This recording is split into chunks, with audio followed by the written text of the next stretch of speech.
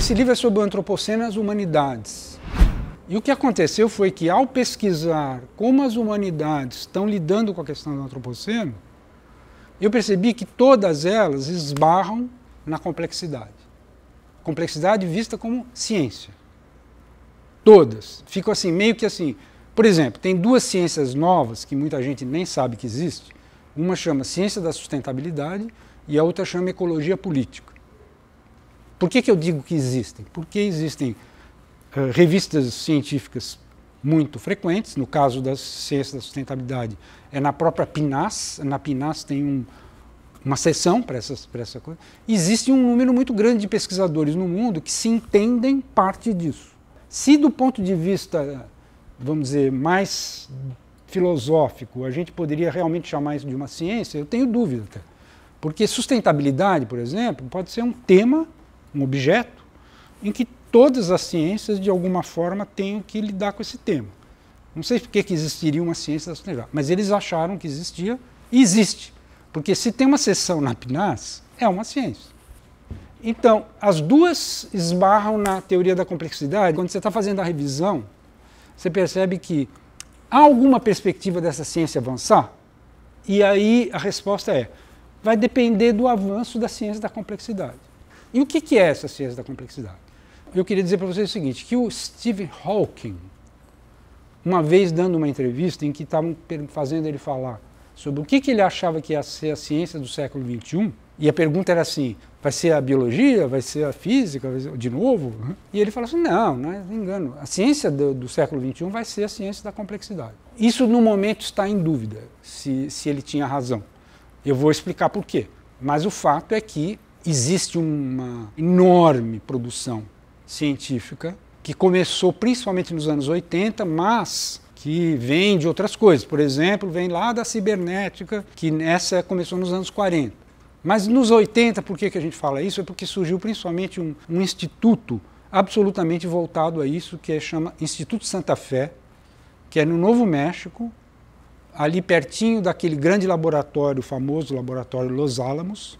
Então, a ciência da complexidade, com a criação desse instituto, foi assim um grande entusiasmo. Anos 80, anos 90, e todo mundo que lidava com esse assunto tal, ficava achando que ia ser uma coisa assim, que ia tomar conta mesmo, que ia tomar conta do século XXI como o Steve Hawking tinha previsto. E não foi bem isso que aconteceu, é isso essa historinha que eu vou querer frisar nessa parte sobre complexidade. Mas, antes disso, vamos tentar ver se a gente define do que se trata. Então, complexidade, normalmente, se refere a... Eles gostam muito da palavra sistemas. Sistemas que se auto-organizam e meio se monitoram, sem que exista, por exemplo, algum comando central ou coisa parecida. Exemplo, um formigueiro. Para dar um exemplo bem chão. Outro exemplo que é bem típico, o cérebro. O nosso cérebro é um sistema complexo. Então, com esses exemplos, eles tentaram dar umas definições, mas sempre nessas definições aparece um termo, uma noção, que também não é obrigatório, por exemplo, que um calouro saiba. Ele vai entrar em contato provavelmente com isso em algum momento do curso, mas não necessariamente agora, que é emergência. Quer dizer, a insistência de que são sistemas em que, de vez em quando, uma das suas partes desenvolve um comportamento, não sei se o termo seria bem esse, o mais preciso, mas é para comunicar esse que eu vou usar, né? E que isso mude todo. O exemplo mais óbvio não é um sistema complexo, ou não é muito complexo, mas é assim, um martelo. O martelo é uma coisa que juntaram um cabo com um treco. E aí ele passa a ter a função, essa função, que passa a ser o propósito, inclusive, do martelo, não está nas partes. Não está nem no cabo, nem na, sei lá. Então, esse talvez seja o exemplo mais simples que eu encontrei para dizer o que é uma emergência. Em todo caso, eu vou mostrar para vocês aí. Existe uma imensa literatura sobre isso. Por quê? Porque, do ponto de vista filosófico, esse é um debate que tem séculos e que é bem intrincado. Então, uma das poucas pessoas que eu encontrei que entende muito disso é nosso colega aqui no Departamento de Filosofia da USP, o Oswaldo Pessoa Júnior. Acho que no Brasil deve ser talvez a única pessoa que realmente conheça toda essa literatura e a referência que eu vou dar tem muito a ver com o trabalho dele.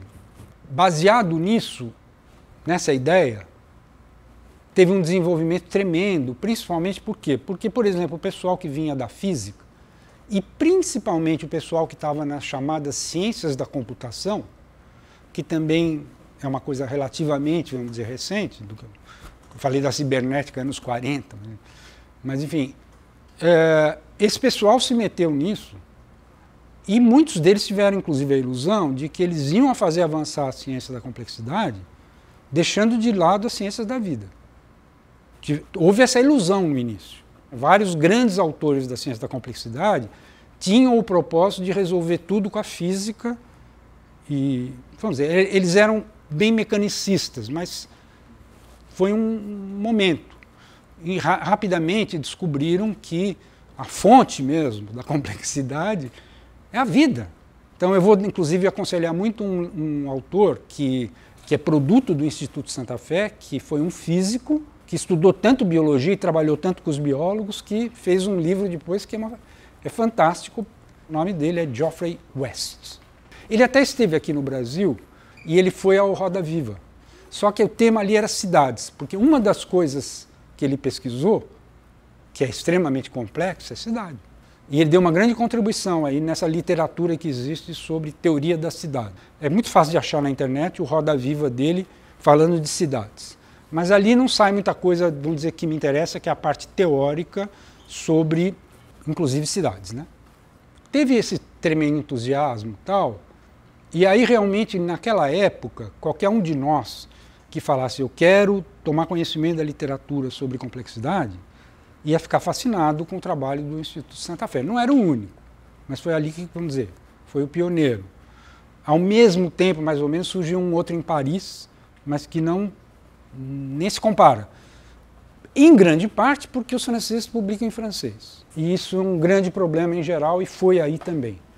Então, acho que o principal é ficar no Instituto Santa Fé.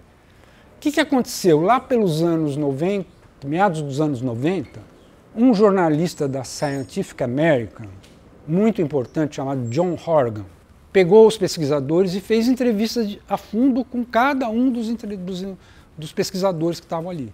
Depois esses falaram, não, mas tem também o fulano na universidade e tal, e ele foi procurar. Então ele fez um conjunto de entrevistas e publicou uma matéria de capa na Scientific American, dizendo, a pergunta é, is complexity a shame? Esculhambou, porque ele diz o seguinte, eles não conseguem nem dar uma definição comum. Diz ele, existem 17 definições de complexidade nesse meio aí, ele tinha entrevistado uns 17. Bom, isso já criou um certo problema. Então, por exemplo, os alunos do Instituto Santa Fé, depois disso, foram perdendo o entusiasmo e foram ficando cada vez mais críticos. E existia incentivo para que pesquisassem e publicassem. Até que, em 2015, a União Europeia descontinuou qualquer financiamento para esse assunto.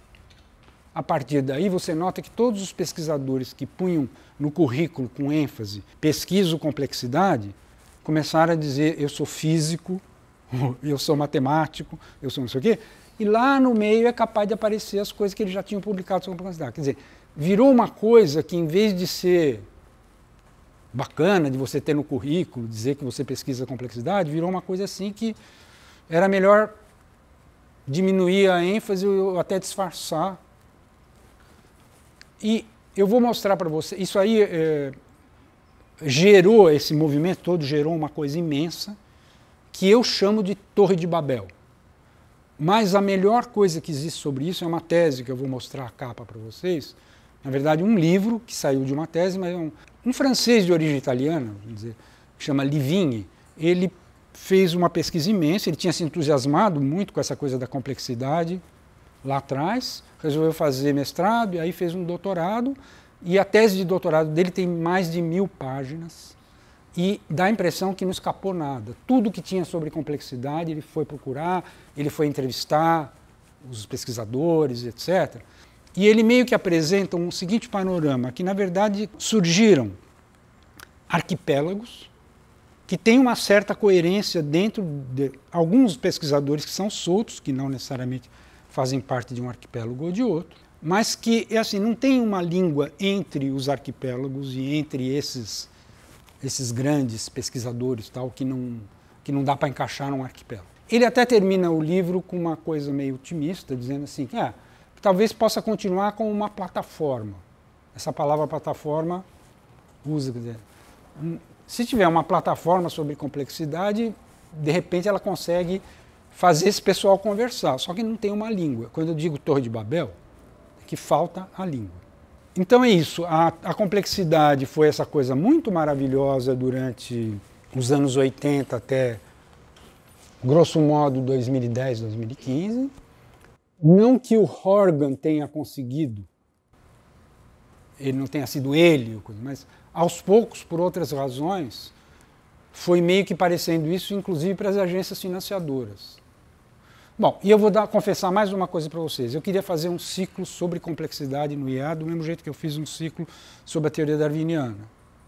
E eu não consegui achar no Brasil publicação recente sobre esse assunto. Achei alguns pesquisadores, inclusive um pesquisador aposentado aqui do Instituto de Física, muito interessante e tal, mas ele publicou coisas assim há 20 anos e que estão completamente desatualizados e tal. Então, no Brasil dá a sensação, tenho medo até de afirmar isso, mas eu fiquei com a sensação que no Brasil não há pesquisa recente sobre esse assunto. Embora a gente tenha que tomar cuidado, que, por exemplo, nisso que a gente chama de ciências cognitivas, que vieram da cibernética, na verdade a cibernética terminou nas ciências cognitivas, dentro das ciências cognitivas pode ser que haja pesquisa sobre complexidade. E eu não conheço o suficiente para afirmar que sim ou não. Mas, enfim, o panorama é esse. A complexidade bombou, como essa expressão que usa, novas ciências da complexidade, e entrou em pane mais ou menos nessa altura aí da década de 2010, por aí. E não tem saído praticamente nada que eu conheça. Eu escrevi um artigo no jornal esses dias dizendo de 2015 para cá não tem nada que... Não, 2015 para cá são 8 anos. E lendo essa literatura toda é imensa. Depois eu vou mostrar para vocês tudo que alguém que quiser tratar do assunto complexidade tem que começar por ali. Lendo isso, me deu uma sensação de que o que falta é que, primeiro, eles até descobriram que as ciências da vida eram importantes, tá? Mas eles não entenderam nada de Darwin. Mas isso é um problema mais sério, muito maior do que em relação só ao problema da complexidade. Então aí é o seguinte, me ocorreu que talvez o desbloqueio da complexidade será se esse pessoal começar a estudar o Darwin. Basicamente é isso. E aí então o livro propõe isso, a terceira parte. Então vocês vejam bem, eu estou insistindo muito nisso. É uma hipótese, uma minha suspeita. De repente não vai ser nada disso, de repente a ciência da complexidade volta a se desenvolver, ela entrou numa baixa aí, que nós estamos vendo isso, daqui a pouco tem uma nova ascensão da ciência da complexidade, que não demonstre que eu tenha razão. Mas eu quis levantar essa suspeita. E aí tem dois autores aí já na evolução darwiniana, né? Então eu estou passando para o tema evolução darwiniana, é o segundo tema, complexidade e evolução darwiniana. Passando para a evolução darwiniana, tem dois autores que me chamam muita atenção e que eles não são reconhecidos pela comunidade científica em geral. São dois, eu vou dar os nomes deles, mas eu vou colocar para vocês, por razões didáticas, na ordem inversa. No livro ele está assim. Primeiro, Peter Corning, que é um biólogo, que tem um instituto sobre complexidade. E o segundo é o Patrick Thor, que é um francês que entre outras coisas, coordenou 150 especialistas para fazer um dicionário do darwinismo. Ele deve ter se arrependido dessa expressão darwinismo, acho. Eu teria me arrependido. Porque uma coisa é falar assim, a evolução darwiniana, a teoria darwiniana, o pensamento do Darwin, outra coisa é falar darwinismo. O darwinismo só atrapalhou. Né? Então a historinha mais ou menos é a seguinte, todo mundo acha, eu digo todo mundo porque é muito raro que eu encontre alguém que não incorra nesse erro, acha que a teoria darwiniana está na Origem das Espécies, publicada em 1859. Lê do engano. A teoria darwiniana é obrigatoriamente a ligação disso, que foi uma estrutura importante, foi isso que foi a primeira revolução, digamos assim, mas sem que você faça a conexão com o segundo livro, que saiu em 1871, você não sabe o que é a teoria darwiniana. Você não pode dizer que entendeu a teoria darwiniana se não tiver feito essa ponte. Esse é o problema. E por que isso acontece? Por que deram tanta importância para a origem das espécies e até hoje, 150 anos depois, por exemplo, recentemente eu peguei uma tese muito importante, que eu não vou citar aqui, até porque o autor está presente, e que falava, a primeira coisa que eu faço é ir lá ver, é sobre Darwin, então vamos ver se a segunda obra entrou, não entrou. Outro dia também eu estava me sugerindo que era necessário organizar um evento sobre Engels. Por quê? Porque eu organizei recentemente um evento no IEA muito interessante, o título era a seguinte pergunta: o que há de ecológico em Marx? E os dois jovens que participaram, eles tinham escrito sobre isso em 2020. Então foi muito bom, né, a conversa nesse sentido e tal. Mas ficou sempre essa coisa, aí você pode falar assim, não, mas o Marx não viu isso, mas o Engels deve ter visto. Então eu falei, tá bom, então vamos organizar um sobre o Engels. Aí eu procurei o principal especialista em Engels, e a primeira pergunta que eu fiz para ele é a seguinte: você acha que o Engels leu o segundo livro do Darwin? Fundiu a cuca, porque primeiro esse cara nem sabia que existia o segundo livro. E ele se disse que sim, porque o Engels não para de citar o Darwin. Aí eu fui. Passei o pente fino, por sorte, hoje em dia dá, né? Você pega em PDF e passa com Ctrl F, você vê todas as vezes que ele cita o Darwin. O Engels também não leu, e ele teve tempo, porque o Marx morreu relativamente cedo a isso. E isso é muito chocante pelo seguinte, o Marx, no fim da vida dele, muita gente não sabe disso, ele estava absolutamente fissurado por ciências naturais. Ele estudou mineralogia, ele estudou agronomia, para nem falar biologia, etc. O número de ciências naturais que ele acumulou, e ele lia e anotava, Então só agora que essas anotações estão indo para um negócio organizado na Alemanha, que chama Mega 2, no caso, que já teve uma anterior.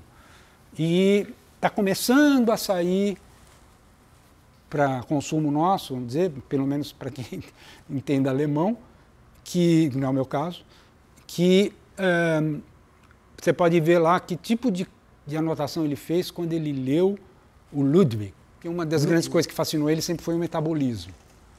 Então, o começo da bio... Está me escapando agora o termo correto, mas enfim, que o Ludwig foi um pouco o pioneiro. Mas enfim, só queria estressar muito isso, de que o Marx dedicou os últimos anos da vida dele, durante os quais ele quase não publicou, mas ele anotou muito, e era Ciências Naturais. E ele não leu o livro do Darwin, que tinha saído em 1871. Por quê? Então a explicação é muito simples. É o seguinte, assim que saiu A Origem das Espécies, surgiram os darwinistas, e um deles chama-se Spencer e o outro chama Galton. Então aí a ideia é o quê? Eles quiseram exportar as ideias da origem das espécies para a sociedade. Então o Spencer disse assim, bom, baseado nisso, nós temos que ter uma sociedade que incentive a competição para que os melhores sejam selecionados, e não faz nenhum sentido a gente ficar com o Bolsa Família da época, chamava ajuda aos pobres, não sei o quê. Ele era completamente contrário a que o Estado britânico desse ajuda aos pobres, porque, bom, ou ele se vira e usa a competição para chegar lá, ou... Essa foi a interpretação liberal, vamos dizer assim, do Spencer. E o Galton foi um pouquinho mais longe, num viés um pouco mais bolsonarista. Assim. Ele disse assim, olha, se é assim, se a seleção natural seleciona os melhores, não, então vamos ajudar a seleção natural matando os fracos. E aí surgiu a eugenia. Né? Bom, essas duas interpretações criaram um reboliço durante a década de 1860, que em pouco tempo o Marx tinha ficado fascinado com o livro do Darwin, em pouco tempo ele começou a dizer assim, isso é ideologia. E aí ele já não se interessava mais. Entende? Essa é uma das explicações no caso do Marx, mas foi com muita gente. E como o Darwin não conseguiu explicar tudinho, passou por vários momentos em que alguns outros darwinistas, sem fazer coisas tão horríveis como essa, porque o primeiro foi dar no chamado darwinismo social. E o segundo foi dado na eugenia, que não é uma coisa só de nazista, hein? A eugenia foi praticada até na Suécia. Então, mas em um determinado momento, a eugenia foi proibida, foi banida, essa ideia foi afastada. Mas ficou essa coisa assim que...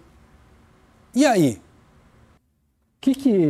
Porque eu não acho que a dedução que eles fizeram é muito incoerente com a origem das espécies. Numa interpretação absolutamente mecânica, querendo exportar isso para onde não deveria, porque o Darwin fez de tudo para não falar da humanidade na origem das espécies. Fez de tudo. Né? Por razões que são aí... Tem alguns que dizem que foi porque ele foi muito inteligente, muito precavido. Outros não concordam muito com essa coisa, mas o fato é que era tão forte a pressão da igreja anglicana, principalmente, contra essa ideia de que a gente veio do macaco, ou coisa parecida, que ele achou mais prudente divulgar a teoria dele sem incluir nada sobre a humanidade. E só vai publicar sobre a humanidade em 1871. Bom, aí o que ele diz em 1871 sobre a humanidade? Ele diz que, basicamente, agora eu vou falar uma coisa muito resumida assim, mas basicamente ele disse o seguinte, olha, a seleção natural, no caso dos humanos, selecionou os instintos sociais. É mais ou menos dizer o seguinte, a seleção natural selecionou o seu contrário. Porque os instintos sociais significa que a primeira coisa que faz assim, a pessoa está doente, precisamos dar um jeito de inventar uma medicina, alguma coisa assim. Isso é a base da civilização. A civilização só começa com esse tipo de sentimento moral que faz com que as instituições surjam, por exemplo, para justamente cuidar dos que, em princípio, o Galton queria matar e o Spencer queria deixar morrer. A seleção natural, no caso da humanidade, selecionou os instintos sociais, não é só instintos sociais, mas eu estou insistindo muito nesse ponto porque é o chave do meu ponto de vista. Quando ele diz isso, aparece uma ligação entre as duas coisas. Ele tinha feito uma revolução de ordem lógica, quando ele acabou com toda aquela visão absurda sobre o evolucionismo antes, que tinha a ver sempre com da estratosfera, sei lá o quê, e mostrou de uma forma como é que é possível que o quê? Como é que a gente resume isso? Que você tem, o que você vê é uma variação que é absolutamente aleatória, condições materiais, tipo ambientais, territoriais, que são limitadas e que influenciam, pressionam, determinam que os replicadores que vão dar às próximas gerações sejam resultado dessa coisa. Para falar isso, você não precisa invocar nenhum Deus santo, nada disso. Foi essa ruptura lógica. Aí, no segundo, ele faz uma ruptura antropológica. A seleção natural selecionou o seu contrário. Bom, o Patrick Thor, em 83, lançado essa ideia, ele chamou isso de efeito reversivo da evolução. Eu não sei se para nós em português fica muito claro o que é efeito reversivo. Mas enfim, eu vou mostrar para vocês que o símbolo disso, para ele, é a fita de Möbius, que é tão badalada aí, né? Porque hoje ela é o símbolo da Meta, né? A coisa do Facebook. Mas também é assim, é usado até a Rede de Sustentabilidade, que é um partido político, o símbolo é a fita de Möbius. É uma coisa que fascina muito. Por quê?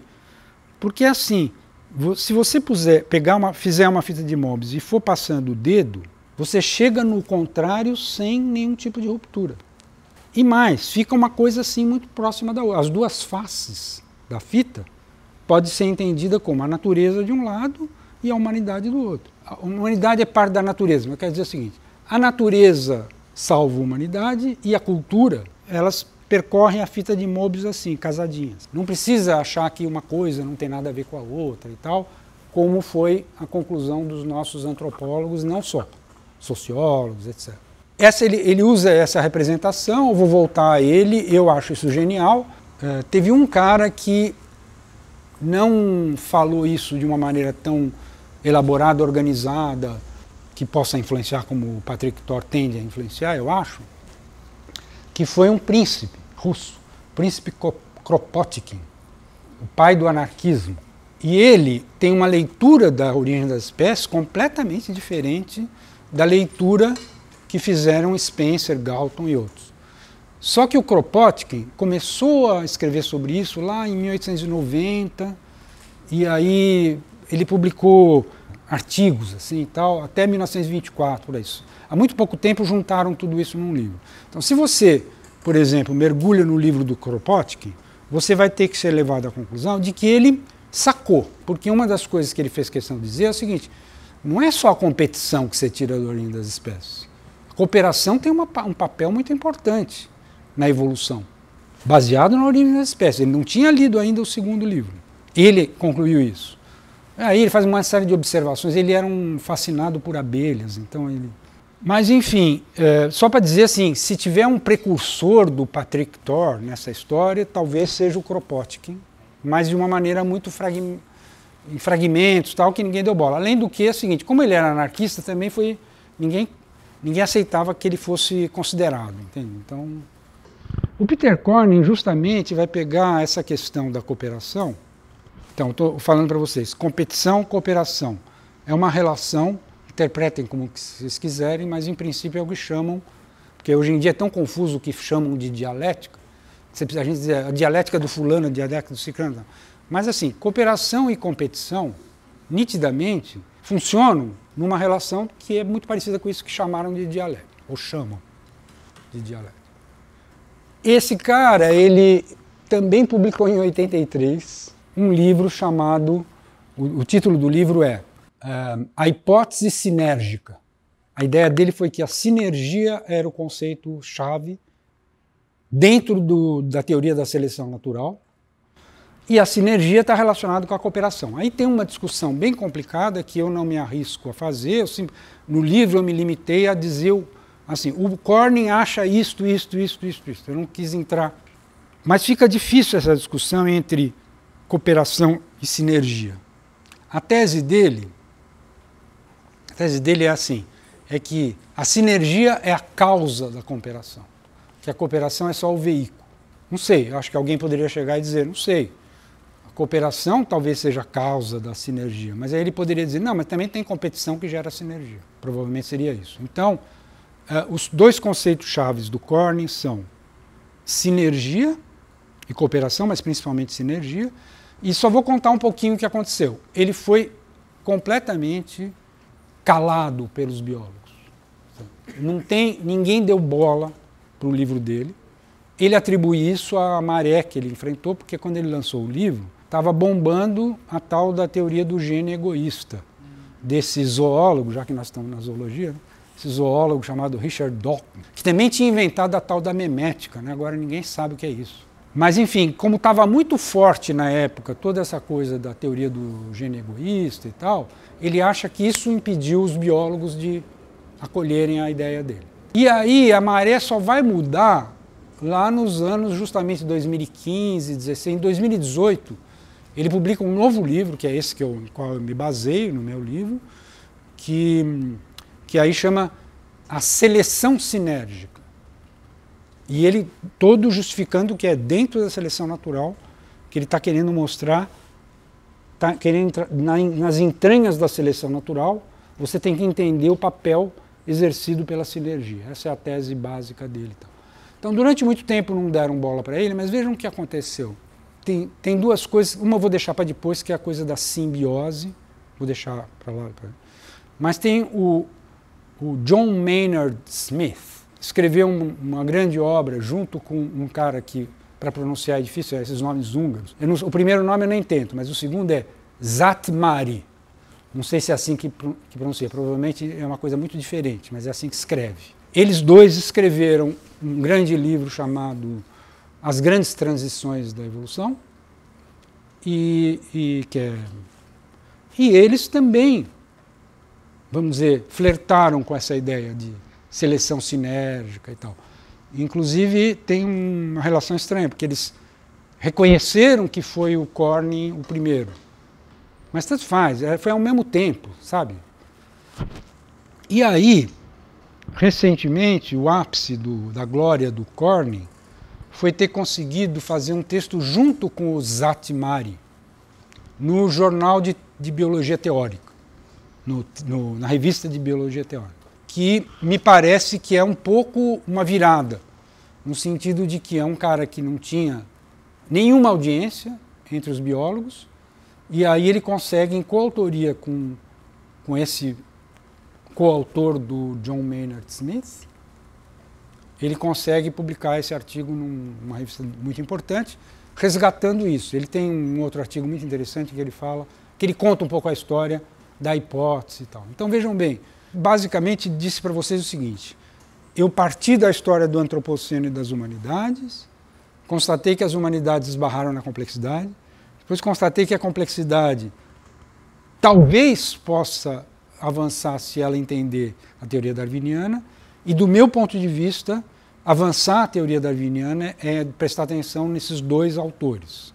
Eu não vou além disso no livro, eu insisto, é uma hipótese de que talvez ajudem esses dois autores, e eu tento explicar esses dois autores para uma audiência, para leitores que provavelmente nunca ouviram falar nisso. Porque, só para arrematar então, no caso do Corning, ele até é um pouco conhecido, porque assim, entre todos os que lidam com teoria da evolução, a maior parte de biólogos, que estão nesse movimento da síntese estendida, há um movimento atual em curso por uma síntese estendida que substitua a síntese moderna. E nesse movimento, esse pessoal conhece ele.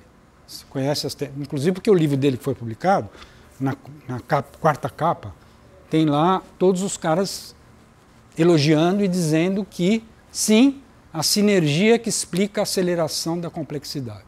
Essa é a tese do pessoal que comenta. No caso do Patrick Thor, tem a ver com o problema da língua mesmo. Então tem um livro em português muito bom, que eu vou mostrar a capa aí, que eu aconselho muito, se vocês conseguirem pegar os últimos exemplares na estante virtual. E tem um capítulo que está lá, a tese central, que é essa que eu falei, do efeito reversivo da evolução. Está lá. Na França, ele tem, evidentemente, maior visibilidade, porque ele fundou, inclusive, uma coisa que se chama Instituto Darwin Internacional, que tem um acervo impressionante sobre isso e tal, e ele publica muito, ele publicou muitos livros, inclusive sobre essa questão da relação Darwin-Marx. Ele tem um livro recente sobre isso. Então, assim, quase tudo que ele publicou está em francês, em português tem esse umzinho, e em inglês não tem praticamente nada. Então é uma coisa engraçada pelo seguinte: os americanos, principalmente, adoram importar umas modas francesas, mas essa eles não quiseram importar. Eles importam Deleuze, Guattari, essas coisas vira... E aí não importa se o cara publicou em francês, né? Sempre aparece alguém que passa para o inglês.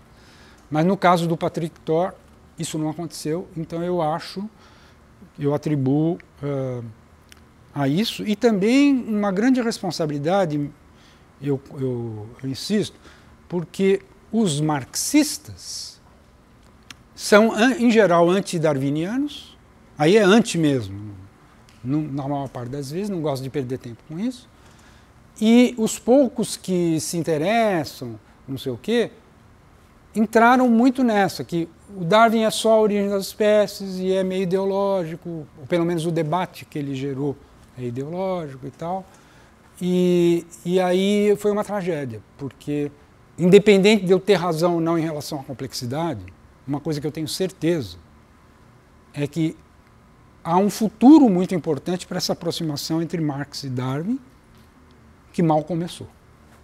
Eu termino o livro assim.